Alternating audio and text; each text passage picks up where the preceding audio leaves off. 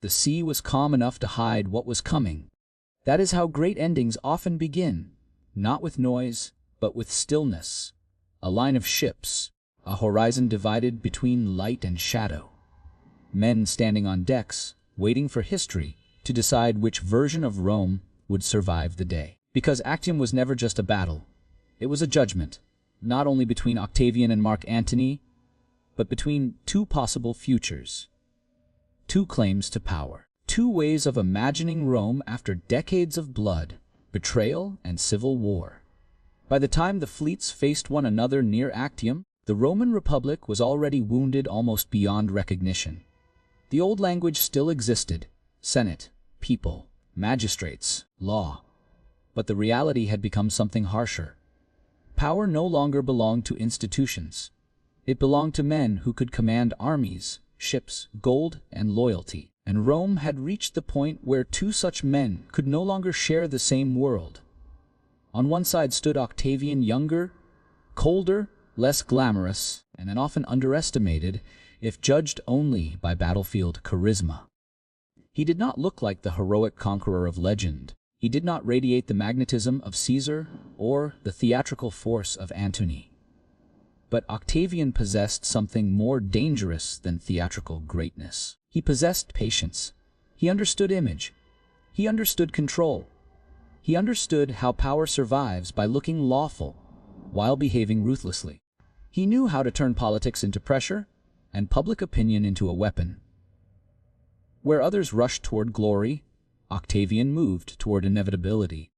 On the other side stood Mark Antony, the veteran, the warrior, the man whose name still carried the weight of Caesar's world.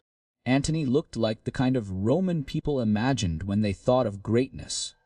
Bold, physical, commanding, shaped by campaigns and spectacle. He belonged to an older heroic tradition, one where a man's presence still seemed enough to bend events around him. But by Actium, Antony no longer stood alone, and that changed everything. Because beside him, politically, financially, emotionally, and symbolically, stood Cleopatra. And Cleopatra was not a side character in someone else's story. She was power, wealth, fleet support, strategic depth, a ruler with her own court, her own state, and her own ambitions. Egypt was not decoration hanging from Antony's political life. It was one of the pillars holding that life up. That is why Actium feels so charged, even now. It is not only Roman. It is Roman and Eastern. It is the Western claim to legitimacy facing a rival center of gravity, built around Antony and Cleopatra. It is the moment where Rome begins to feel that it may not simply be ruled by one man, but transformed by a different political imagination altogether. And Octavian understood how to exploit that fear. This is one of the most important truths about Actium. The battle at sea was only one layer of the conflict. The deeper battle had already been raging in the Roman mind. Octavian had spent years shaping the narrative. Antony was no longer being presented merely as a rival. He was being reframed as a man who had drifted away from Roman discipline, away from Roman identity, away from Rome itself. That propaganda mattered, because civil wars are not won only by soldiers. They are won by convincing the political class, the army, and the wider public that one side represents continuity and the other represents danger. Octavian wanted Rome to see Antony not as Caesar's worthy heir, but as a man swallowed by Eastern splendor, seduced, softened, redefined. Whether fair or not was almost irrelevant. The image itself was a strategic weapon, and Antony, for all his strengths, gave Octavian too much material to use. That is the tragedy already growing beneath the battle. Antony still had grandeur. He still had reputation. He still had real military strength. But he was becoming easier to describe than to defend. Octavian was slowly turning Antony into a story Rome could fear. That is how civil wars are often decided before armies collide. One side begins to look like the future. The other begins to look like a magnificent mistake. Now place that political war beside the physical one. Actium was not simply the sudden clash of two equal fleets meeting by chance. It was the climax of positioning, pressure, strain, attrition, and strategic narrowing. By the time battle came, this was already a world of shrinking options. Supply mattered. Morale mattered. Desertion mattered. Confidence mattered. Geography mattered. A fleet at sea is not only wood and sails. It is logistics under pressure. It is command discipline tested by heat, waiting, fatigue, and uncertainty. And uncertainty was eating Antony's side faster than it was eating Octavian's. That does not mean Antony was weak. It means he was burdened. Burdened by complexity. Burdened by coalition politics. Burdened by the need to protect not only a military position, but an entire political world built around his alliance with Cleopatra. Burdened by the fact that if he lost, he would not merely lose a battle. He would lose the argument about what he was. Octavian, by contrast, fought with colder clarity. He did not need to look magnificent. He needed to survive, constrict, and outlast. That is what makes Actium so fascinating. On the surface, it looks like a contest between two men. But underneath, it is a contest between two styles of power. Antony still fights like a man who believes greatness can be embodied. Octavian fights like a man who understands greatness must be administered. That difference changes everything. Because the late Republic was no longer a place where charisma alone could rule safely. Rome had become too exhausted, too suspicious, too hungry for stability. The population, the elite, and the military all wanted an ending, even if they did not yet know what kind of ending. Octavian sensed that. He offered not excitement, but closure, not spectacle, but structure, not romance, but survival. That is why the shadows of Actium feel so long.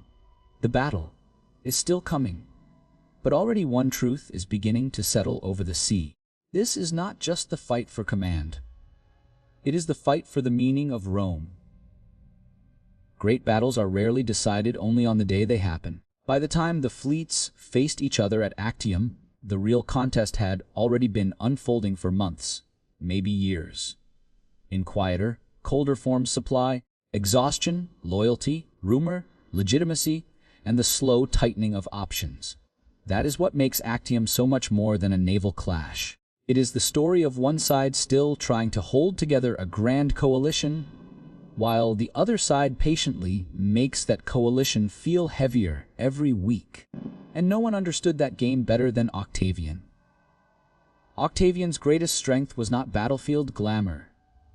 It was pressure. He knew how to make a rival feel surrounded before the rival was physically trapped. He knew how to turn war into a narrowing corridor where every decision feels like it gives something away. He knew how to look less brilliant and become more inevitable. That is exactly what he did to Antony. Now, Antony still had enormous strengths. He was not finished, not broken, not some tragic fool stumbling blindly toward defeat. He had real military experience, loyal followers, and access to the wealth and naval resources of the Eastern Mediterranean. And through Cleopatra, he had something Octavian could not easily copy: a living alliance with one of the richest and most sophisticated courts in the known world. That mattered, because Cleopatra was not just symbolic support. She brought ships, treasure, and strategic depth. Egypt was not a decoration hanging from Antony's political life. It was one of the pillars holding that life up. Without Egypt's resources, Antony's war effort becomes far weaker. But that same alliance gave Octavian the opening he needed, because what strengthened Antony materially also weakened him politically. To Rome, Cleopatra could be framed as more than a foreign queen. She could be presented as evidence that Antony had crossed an invisible line, that he was no longer merely competing for power inside Rome, but drifting toward a different center of gravity altogether. Octavian weaponized that fear brilliantly. He did not just accuse Antony of being wrong. He suggested Antony was becoming un-Roman. That is far more dangerous. Because in a civil war, legitimacy matters as much as force. Men do not only ask who is strong, they ask who is still. Us. And Octavian wanted Rome to look at Antony and see not the last great Roman hero, but a man seduced by Eastern splendor, monarchy, luxury, and personal entanglement. Again, whether that picture was fully fair is almost beside the point. What matters is that it worked. Antony still had glory, but Octavian was taking control of meaning. That is why Actium begins long before the ships move. It begins when Rome starts mentally shifting toward one interpretation of the war. Octavian as the defender of Roman continuity, Antony as the man who had let something foreign enter the center of power. Now put that political pressure beside the strategic one. A fleet is a living system. It needs water, food, repairs, sailors, rowers, discipline, secure bases, stable morale, and command clarity.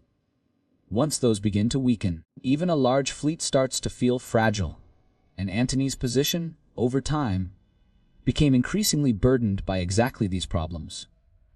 Burden is the right word, because Antony's war effort was carrying too much weight at once. He had to protect his forces, preserve his alliance with Cleopatra, maintain the loyalty of men who were watching events carefully, and avoid the appearance of drift. Every delay was costly. Every setback fed Octavian's narrative. Every desertion or supply problem made the coalition look less like the future and more like a camp waiting to discover whether it still believed in itself. That is what Octavian wanted. Not necessarily immediate destruction, internal thinning. He did not need Antony to panic. He needed Antony to stay under pressure long enough that every part of Antony's position became slightly weaker than before. A little more fatigue, a little more doubt, a few more defections, a little less clarity, a little more argument, a little less confidence that the final battle would happen on favorable terms. This is why waiting itself became a weapon, and waiting hurts coalitions more than it hurts centered systems. Antony's side was powerful, but it was also layered. Roman loyalties, Eastern loyalties, court expectations, naval realities, personal loyalty to Antony, strategic dependence on Cleopatra. All of that can work while momentum is alive. But when momentum slows, complexity becomes fragility. People begin asking quiet questions. If this drags on, what are we protecting? If this